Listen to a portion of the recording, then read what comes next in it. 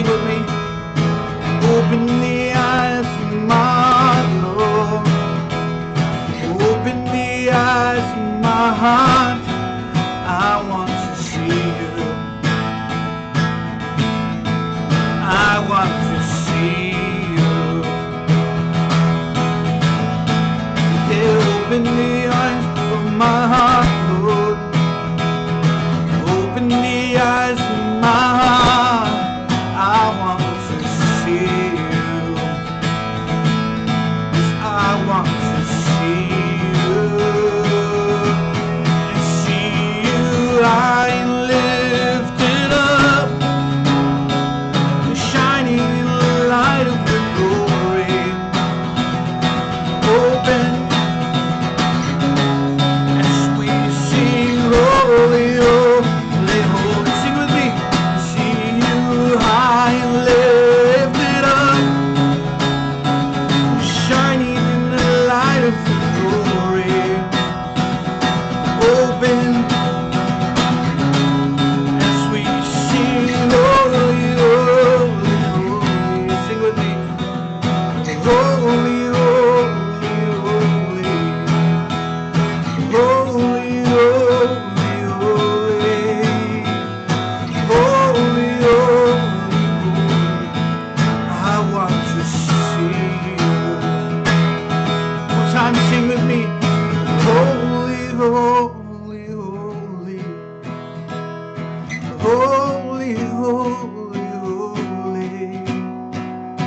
Holy, holy, holy. I want to see you. Come on, declare with me. Sing. Holy, holy, holy.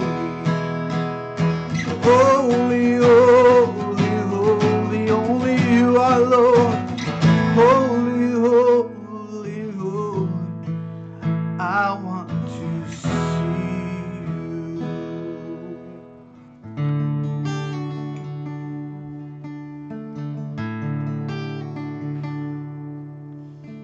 We fall down, we lay our crowns at the feet of Jesus.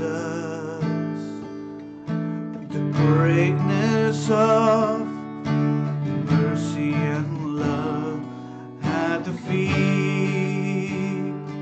of Jesus, and we cry, holy, holy, holy.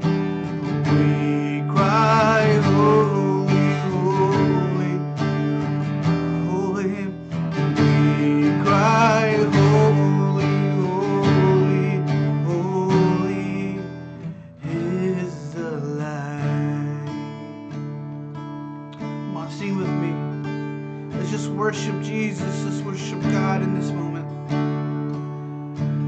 Close your eyes. Raise up your hands.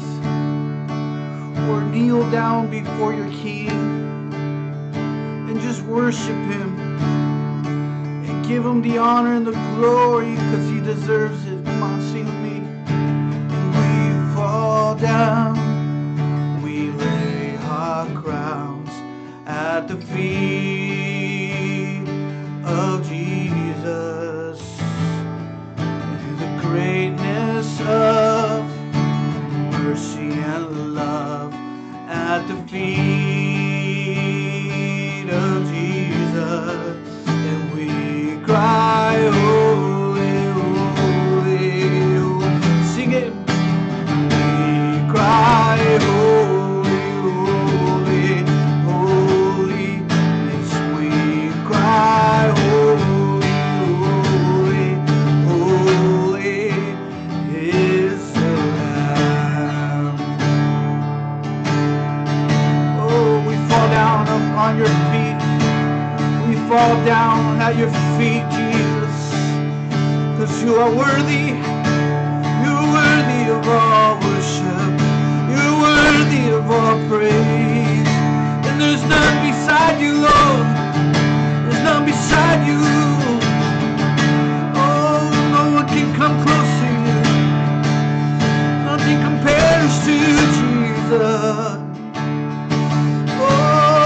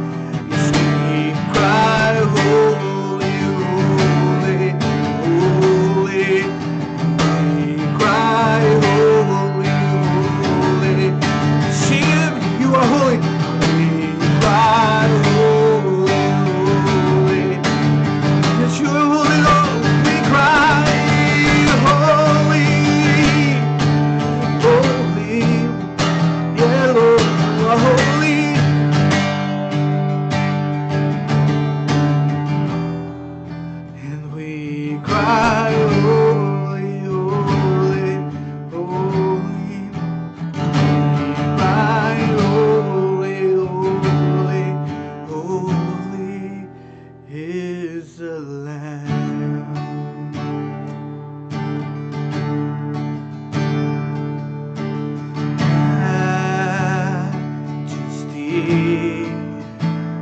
We sing majesty.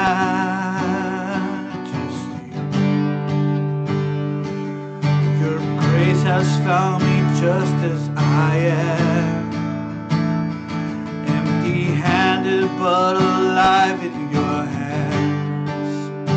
We sing majesty,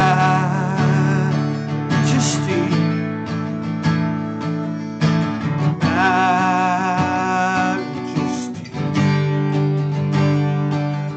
Forever I am changed by your love, in your presence of your majesty. Sing it with me, majesty. Majesty. Oh, majesty.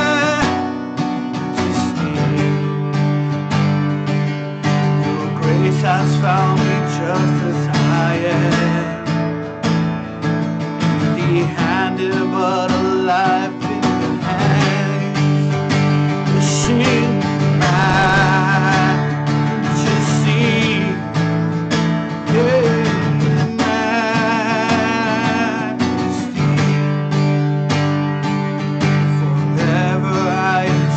By your love, in the presence of your majesty.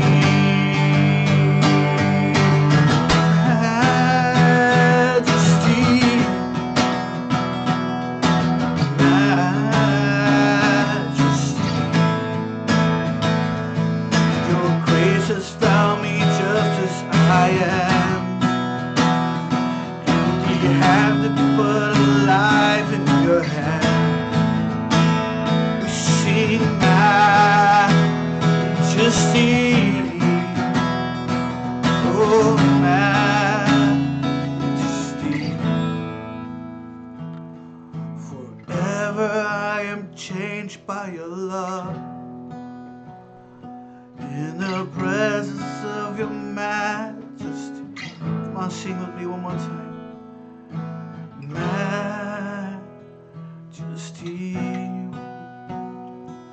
yes, majesty.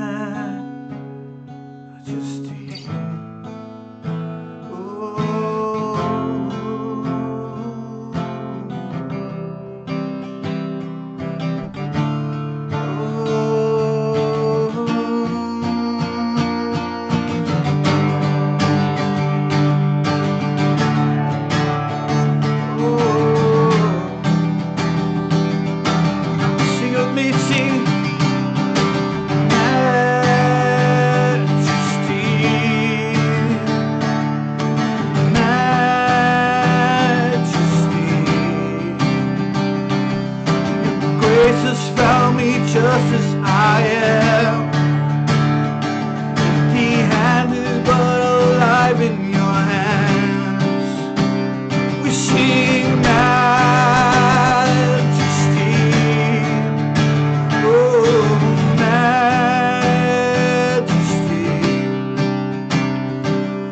Forever I am changed by your love, in the presence of you.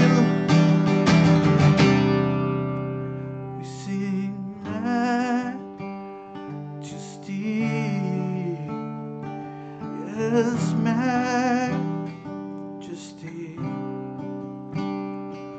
Sing it, majesty.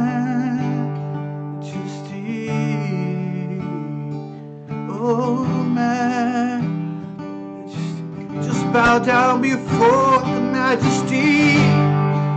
He is King of kings, He is Lord of lords, and we worship you, Jesus. Before you, oh, none before you, Jesus, oh Lord. Exalted be your name, Jesus. Exalted be your name. Exalted be your name, Jesus.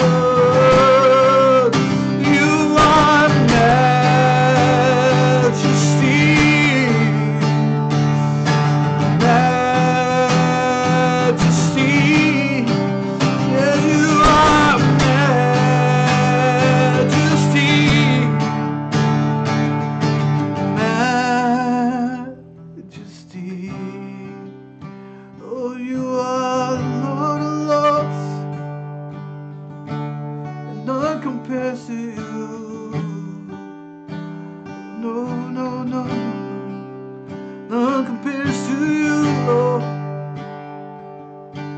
Oh, Lord Jesus, there's none like you, Father.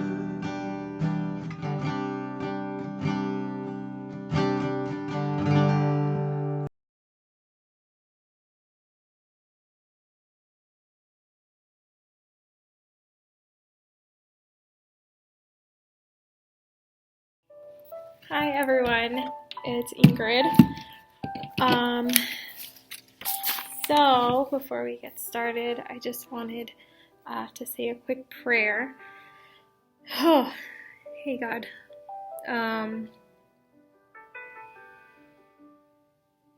It's just kind of one of those days where you just breathe in, breathe out, and keep going. So I put this in your hand. I pray that it speaks truth, and I pray that it resonates with what you want to say. In the name of Jesus, amen. So today I wanted to talk about collective trauma and God. I was talking about this because throughout my life I've always faced anxiety. There have been some periods where I've faced depression. And because of that, I like to save quotes, and I like to save songs. I like to just kind of save anything where I can pair it up as anxiety and God. Because as we know, when we face a giant, we have to remind our giant who our God is. And sometimes the giant can be our own minds or our own bodies and its reactions. So today I wanted to talk about collective trauma and God. I was going to start with just kind of describing trauma and why I chose this. Trauma is defined as a deeply distressing and disturbing experience. And unfortunately, this pandemic is considered trauma. Now, a collective trauma is something that affects people in a large group. So it's not just your trauma, it's not just my trauma, it's our trauma. So it's collective. So next week, Arizona is finalizing its stay-at-home orders. And I've been seeing a lot of jokes and a lot of conversations of what are we going to do after this? Are we going to be the people that just jump out and go back to normal? Are we going to do a slow, gradual ease in? Or are you, like me, probably going to be the person who's like, I'm going to wait it out just a little bit more? So that's what happens. And because of that, I wanted to examine the effects of trauma. 12 years ago, we fought through a recession. Within that recession, my family lost a lot, and I know that a lot of other families did as well. Right now, we're receiving a ton of government help, but I think that it still leaves us uncertain because there's a lot of people that are still struggling. So I started just kind of reading about trauma and how it affects us. Because I think that even if you're feeling totally okay, there might be a part of this that is going to leave you maybe just a little bit not okay. Or maybe you know somebody who's maybe not okay. So when we experience trauma, our brain actually reacts pretty harshly. When a situation arises where we experience trauma, what happens is that we get a release of cortisol and adrenaline. And it attacks our brain because in normal situations, these two chemicals are totally okay. We want to have that little adrenaline rush that kind of just spikes us into action. We want to have cortisol to kind of just manage certain things in our body. But when we face a fearful situation or a traumatic situation, these levels get so high that it starts to damage our brain cells. On top of damaging our brain cells, a lot of things are affected. Our memory and learning, our emotional memory, and our planning and problem-solving skills. There is a possibility of regrowth, but we'll get into that later. So your ability, and this is what I want to get to. When we go through a traumatic situation and all of these emotions, we feel fear, all of a sudden, this great fear. We think of, okay, it's just fear. I can tell it to go away. I'm fine. But your body itself is reacting strongly. It's affected by the way that our ability to problem solve shuts down. Our memory shuts down. So remembering, okay, what am I supposed to do in this kind of situation? That's gone. And our ability to learn after this shuts down. So it's not just with the pandemic, but it's with a lot of other situations. So it's not just with the pandemic that you can take this teaching today. You should understand that trauma, fear, all of these things that we think that we can just sweep under the rug, it directly damages our own mind. All we have is our fear amplified by adrenaline, and that's not a good mix. Unfortunately, it's not a good mix. So we see this in the Bible, actually with two groups of people. We see this with the Israelites in Egypt. Somebody actually explained to me, I read it in a book actually, that we are so quick to judge the Israelites all the time because they complained all the time. But we forget that these people went through a traumatic experience. So when we see children behaving like children, it is because as children they were extremely and gravely traumatized, and they did not learn to grow out of that. So while the Exodus was happening, they were excited, they were coming out singing and so happy that they have made it out. But whenever a small situation came where they said, we want meat, we don't want bread anymore, that's when their confidence started failing. The second group is the Jews during the time of Jesus. So right before, a few hundred years before, we see the exile to Babylon. These people are allowed to go back. They start rebuilding the temples. Everything is just being rebuilt. There's a possibility of just growth. And instead, they kind of lose it along the way until they face the Roman oppression. These people face their daily lives, and they were okay until it got unexciting or hard or scary. And then they wanted to go back to a situation where they felt they had some kind of control. A lot of times we don't want freedom, we want ease. And we see that so easily, and I think so pointedly, in Exodus 13, 17 to 18, where God decides, I'm not going to take the Israelites out of Egypt through the desert directly to where the promised land will be. I'm going to take them all the way around. For years and years, because if my people who are so happy right now coming out of Egypt, immediately face battle or war, they're going to want to go back. We see safety, security, and healing as okay only when it's easy. Otherwise, we don't want it.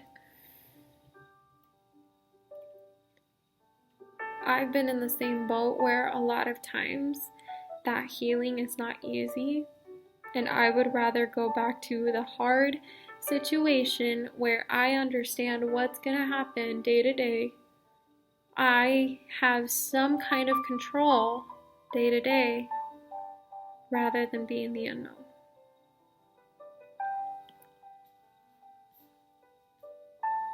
The Israelites never wanted to face these minor problems. In their own words, they didn't want to die in the desert, hungry and thirsty, when they could just die back in Egypt where they had food. They remembered comfort, but they forgot that they left slavery behind. The Jews in the time of Jesus didn't want to give up that comfort that they had. We saw this in the teachers of the law, and we saw this in the rich man who went to Jesus. Nicodemus said, "We know who you are." The rich man had faith enough to ask what he had to do. But when it came down to, you have to give this up, take up your cross and walk with me every single day, they didn't want to. Well, when we come out of this, we are going to be bruised and we are going to be scarred. The child who saw their mom make a face mask out of a t-shirt and put it on them, walking through the supermarket adjusting it. The mom who couldn't find enough supplies to feed her family and keep them safe. The working parents who didn't know if they would have a job. The essential workers who every single day had to get up, go out, be there for their customers, be happy, be positive, but worried, what if this is the person who infects me? The ones on the front line in the medical field who are just overworked and doing their best.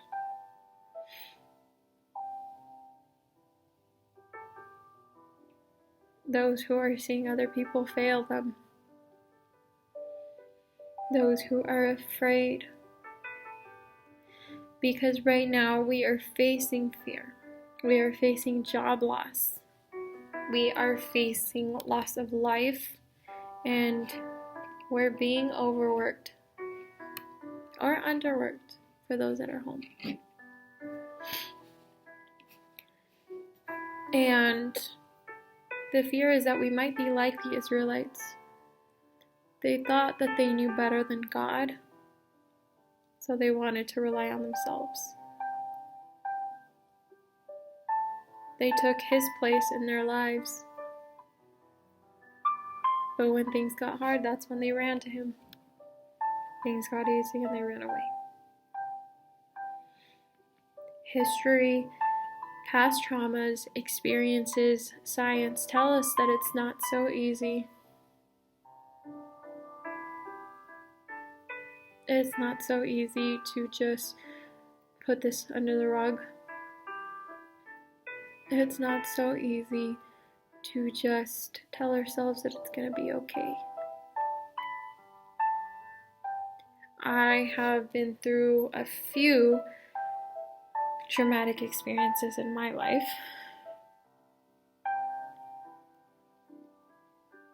And I can tell you that it is damaging.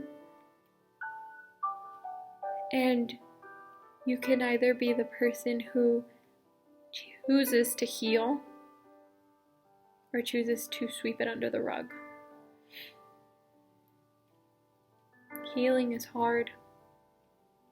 It's so hard. It's painful. It's painful to trust when you have no control over a situation. One that affects yourself, your family members, your friends, your neighbor. Psalms 24, 1-2 tells us how God has control. In fact, the entire Bible tells us how God has control. So throughout this whole process, I think it's okay to be afraid. Because I am.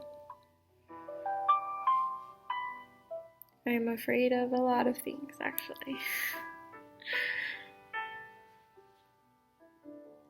But what I've learned is that it's not okay for myself or for the people around me to let that fear control me. Because science also says that those damaged brain cells have the opportunity for regrowth. We have the opportunity to remember the fact that God is in control and to trust.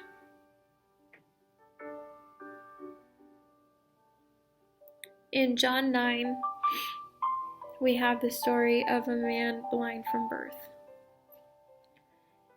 And the people asked Jesus, what did he do? What did his parents do that made God punish him like that? And Jesus said, nothing. He's here to prove something. He's here so that God can be glorified. And Jesus healed him. And somebody pointed out to me once that Jesus did not heal something that was damaged. Jesus created something that was not there.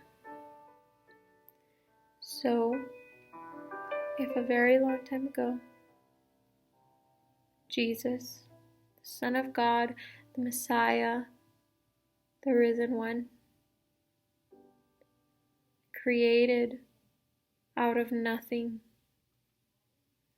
something that was desperately needed. If at one point he had such control that he was able to create pathways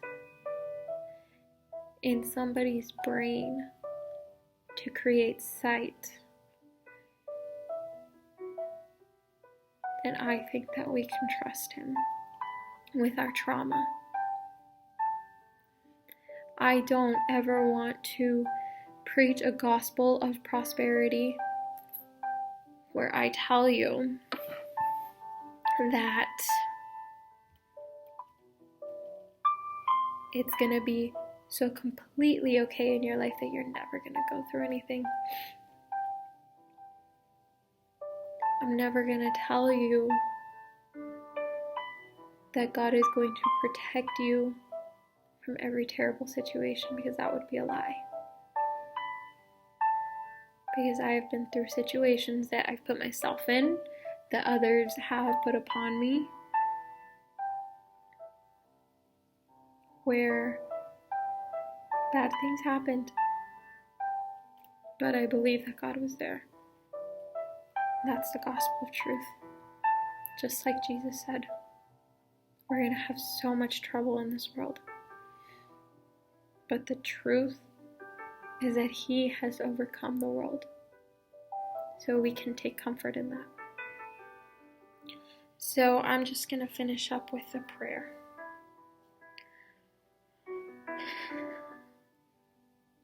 Abba, I know that it is hard to trust. It is not something that I do easily with people, and sometimes I don't do it so easily with you.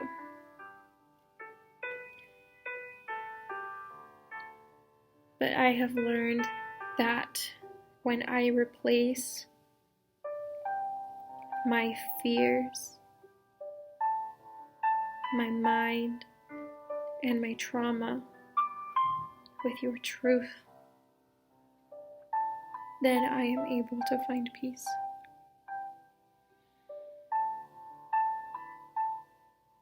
And my truth,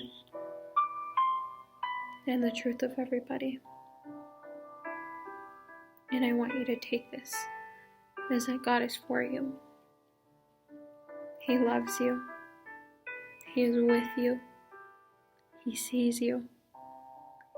He heals you. He won't leave you. He will fight for you. He will sustain you.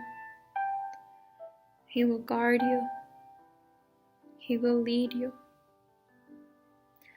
Whether you are facing the trauma of this pandemic, or you are facing the trauma of your childhood, if you are facing the trauma of your sin, if you are facing the trauma of the future, of the unknown, whether you have or are going through something that is not okay, I pray that you know that all of the truth of Jesus is that He loved you. He died for you. He fights for you. And He can't wait to come back for you. In the name of Jesus. Amen. Bye, guys.